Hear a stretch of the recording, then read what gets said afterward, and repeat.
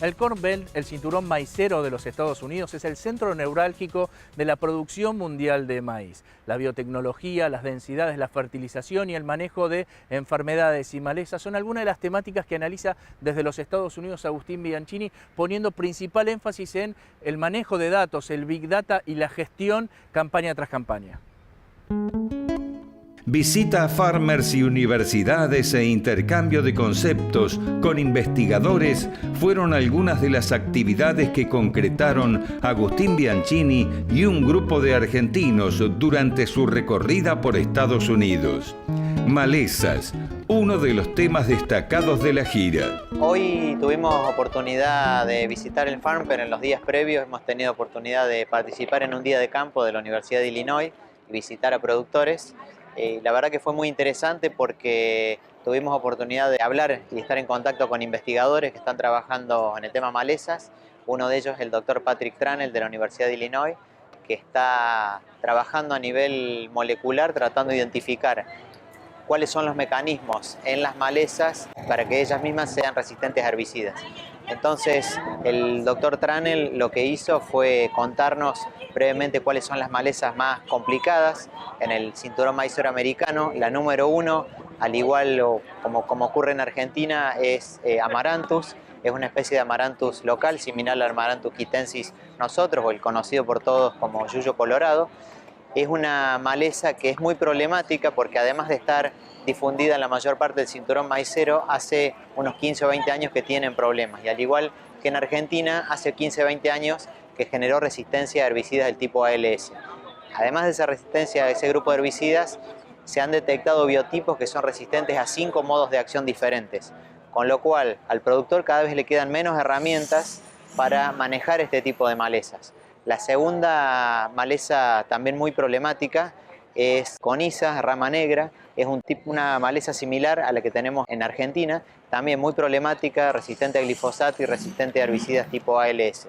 Hay también creciente preocupación por Amaranthus palmeri, por ahí no tanto porque genera resistencia múltiple, sino porque tiene una agresividad muy alta y una velocidad de crecimiento mucho más alta que el Amaranthus tradicional. Entonces también están en alerta por ese tipo de malezas. Y después también hay algunas variedades de abrojos, también quinoa, que son malezas muy problemáticas, pero las dos principales, Amaranthus y Coniza. En Argentina comienza a aparecer fuertemente la resistencia a gramíneas. ¿Cómo se encuentra ahora esta situación aquí en los Estados Unidos? A diferencia de lo que ocurre en Argentina, también hemos tenido oportunidad de escuchar que en general las malezas gramíneas no son muy problemáticas en el cinturón maicero. La única que hoy es problemática es setaria o cola de zorro, que en Argentina no es tan problemática, y algunos tipos o especies similares a nuestro sorgo de Alepo, que también están generando algunos problemas de resistencia, pero claramente las malezas de hoja ancha son más problemáticas que las gramíneas.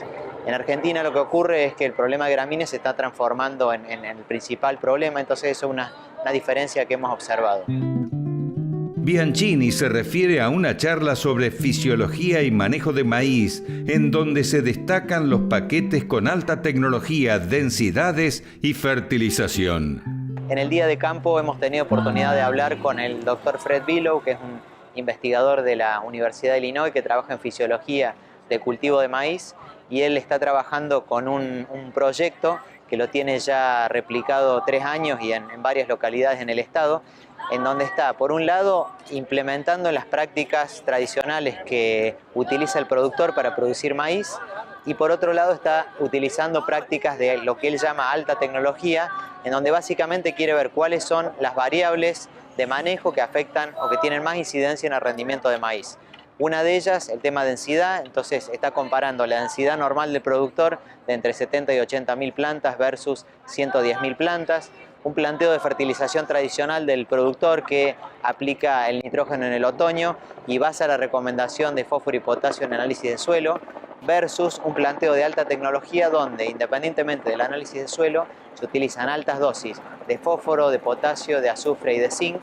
Se utiliza eso en presiembra. Durante la siembra se utiliza un arrancador líquido para darle un crecimiento inicial rápido a las plantas de maíz, y después se refertiliza cuando el cultivo tiene entre 6 y 8 hojas.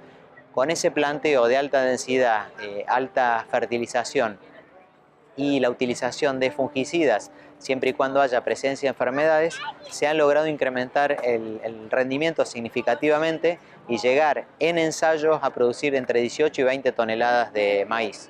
Con lo cual esto empieza a ser algo interesante y un aporte importante a lo que es el conocimiento de los productores y un desafío, porque también uno de los puntos que está considerando este investigador es el acortamiento entre hileras, algo que sabemos que en Argentina ya se está utilizando.